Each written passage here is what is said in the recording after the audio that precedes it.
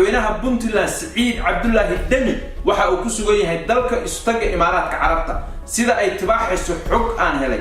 Puntland waxay dhawaan ku dhawaaqi doontaa inay ka go'day Soomaaliya inteeda kale. alla yaa u sheegay yaa ogeysiya in timirtii horeba dab loo waayay oo ay Soomaaliland muddo ka badan 30 sano ay ictiraaf baadi goobayso. warbixintan oo aan ku eegay amuurtaas intaan u guda gelin waxaan si xushmad leh idin ka codsanayaa inaad fiidiyoga ka sii share gareysaan oo la wadaagtaan asxaabtiina iyo inaad si aad ugu soo birtaan channelkayga aad subscribe gareysaan si aad u heshaan mar kasta iyo meel kasta wararkayga.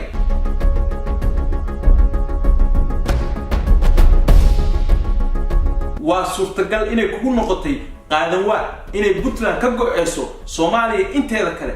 waa kan madaxweyne Deni oo markii uu ka dhoofay garoonka Garowe sheegay Imaaraadka iyo Puntland inay yihiin laba dal. waxaan rajaynaynaa muddada aan ku maqannahay howlo dhowr ah oo dalka Imaaraadka iyo Puntland ka dhaxeeyay inaan ka soo wada hadalno oo ugu muhiimsan tahay sidii xiriirka ganacsi ee labada dal loo soo xoojin lahaa oo ugu horeysa xoolaha Puntland oo waayadan dambe laga joojiyay Imaaraadka sidii loo furi lahaa. waxa laga yaabaa inaad isleedahay madaxweynuhu waa hilmaamay oo hilmaan hadalka kuma jiro balse waa kan wasiirkiisa ganacsiga oo sharaxaya kulan uu la qaatay saraakiil ka tirsan dalka Imaaraadka oo mar kale ku celinaya dalalka Puntland iyo Imaaraadka.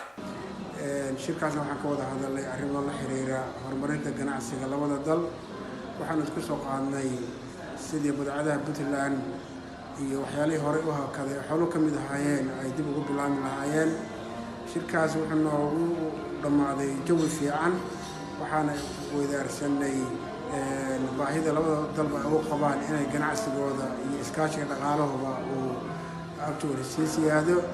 aynu isweydiino sidee ku soo bilaabatay qadiyada goon istaaga Puntland. madaxweyne Deni markii uu u safray Abu Dhabi waxa uu filayay in loo soo dhaweyn doono hab la mid ah sidii loo soo dhaweeyay madaxweynaha Soomaaliland Muuse Bixi Cabdi maadaama Puntland aaminsan tahay Soomaaliland inay tahay maamul goboleed la mid ah oo ay markasta jeceshahay shilalka lagu bireeyo iyadana in lagu qalo. laakiinse Imaaraadku sida uma soo dhaweyn oo madaxweyne Deni wuxuu Abu Dhabi tagay isagoo ah shakhsi caadi ah oo aan la siin wax baratkoola. taasi waxay ka caraysay madaxweynaha waxana uu weydiiyay Imaaraadka sababta sida loogu galay. Imaaraadku waxay ugu jawaabeen Soomaaliland inay tahay dal madax bannaan oo Soomaaliya inteeda kale ka go'ay haddii uu doonayo in loo soo dhaweeyo sidii loo soo dhaweeyay Muuse Bixi loo baahan yahay marka hore inuu ka go'o Soomaaliya oo uu noqdo dal madax bannaan. taasi waxay sii dhiirigelisay madaxweyne Deni oo markiisii horeetaba ay ku jirtay inuu ka go'o Soomaaliya. madaxweynuhu markii loo doortay xafiiska waxa uu booqday ciidanka Puntland waxa uu u sheegay haddii Soomaaliya xuquuqda ay ku leeyihiin ay ka waayaan inay tashan doonaan oo ay dib u eegi doonaan dastuurka. waxa ugu weyn oo annaga aan xisaabta gelin doono waxa ka mid ah in xuquuqda dadka Puntland ay leeyihiin ama ciidan ha ahaadaan ama shacab ha ahaadaan in la helo. waxaan ku talagelaynaa dadka daneeya Soomaaliya haddii ay dhagaha ka furaystaan in xuquuqda dadkan leeyihiin ugu talagaleen ay soo gaarto dadka Puntland faraha laaban doonaan oo isku tashan doonaan haddii Ilaahay ka dhigo. dastuurka Puntland qodobkiisa 3 farqadiisa 3 waxay u dhigan tahay sida tan inta laga dhameystirayo dastuur federaal ah oo Puntland ansixisay dabadeedna afti dadweyne lagu meel marinayo Puntland waxay lahaanaysaa awood dawlad madax bannaan. farqada afraadna waxay dhigaysaa inay Puntland goosan karto haddii Soomaalidu ku heshiin weydo qaab dhismeed dawladeed oo aan ka hooseyn nidaamka federaalka ama ay daba dheeraadaan deganaansho la'aanta iyo dagaalada ka aloosan qaybaha kale ee Soomaaliya. ma jiro xilligan dastuur rasmi ah oo ay leedahay Soomaaliya oo lagu meel mariyay afti dadweyne. taas waxay noo cadeynaysaa Puntland inay hadda u dhaqanto si la mid ah sida dawlad madax bannaan oo ay aaminsan tahay inay leedahay awoodo la mid ah awoodaha ay leeyihiin dawladaha madax bannaan. mid ka mid ah talaabooyinkii ugu horreeyay ee madaxweyne Deni qaaday waxay ahayd inuu joojiyay gabi ahaanba xiriirkii wada shaqeynada ka dhaxeeyay Puntland iyo dawladda federaalka Soomaaliya. waxa uu ku amray wasiirada iyo saraakiisha kale ee dawladda inaysan u safri karin Muqdisho sidaana waxaa ku baaqday shirar muhiim ah iyo seminaaro saraakiil ka tirsan Puntland ay uga qaybgeli lahaayeen Muqdisho. sidoo kale madaxweyne Deni waxa uu diiday casuumaad uu ka helay madaxweynaha dowladda federaalka Soomaaliya Maxamed Cabdullaahi Farmaajo oo ku casuumay magaalada Muqdisho si ay uga wada tashadaan xaaladda dalka isla markaana loo xoojiyo xiriirkooda shaqaynada ka dhaxeeya Puntland iyo dowladda federaalka Soomaaliya. waxaa jira laba quwadood oo madaxweyne Deni ku khasbaya inuu si degdeg ah ugu dhawaaqo Puntland inay tahay dal madax bannaan. quwadda koowaad waa dalka Imaaraadka oo Puntland kale dano dhaqaale iyo kuwa siyaasadeed. ciidamada la dagaalanka burcadbadeedda ama ciidanka ilaalada xeebaha Puntland waxa maalgeliya dalka Imaaraadka. ciidamadaasi inkastoo ay magac ahaan yihiin ciidamo Puntland haddana waxay si toos ah uga amar qaataan Abu Dhabi. waxa la tuunsan yahay ciidankaasi inaysan Puntland u joogin inay ilaaliyaan xeebaha balse ay yihiin ciidamo ujeedooyin fog laga leeyahay oo ay ka mid tahay saaminta shidaalka iyo inay si sharci darro u gurtaan macdanta Puntland. Imaaraadku wuxuu Deni u ballan qaaday sidaan xogta ku hayo inuu siin doono dhaqaale tiro badan. sidoo kale diyaaradda Fly Dubai ay duulimaad toos ah ka bilaabi doonto Garowe iyo Dubai ama Boosaaso iyo Dubai haddii Puntland noqoto dal madax bannaan sida ay hadda duulimaad toos ugu sameeyaan Hargeysa iyo Dubai oo kaleeto.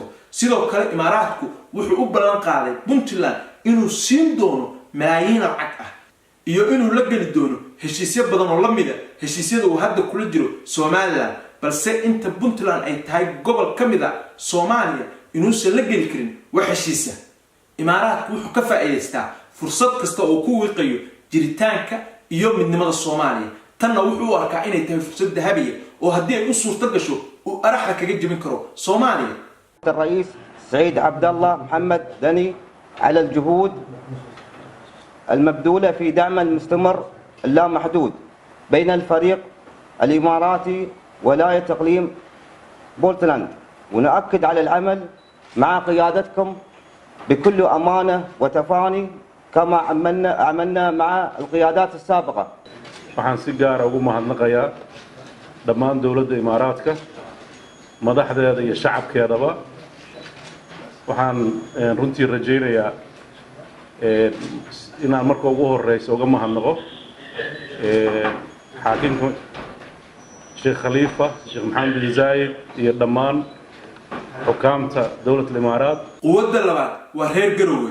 inkastoo madaxweyne Deni ka soo jeedo Qardho haddana waxa doorashadiisii gacan weyn ku siiyey oo guushiisii ku suntanaa reer Garowe.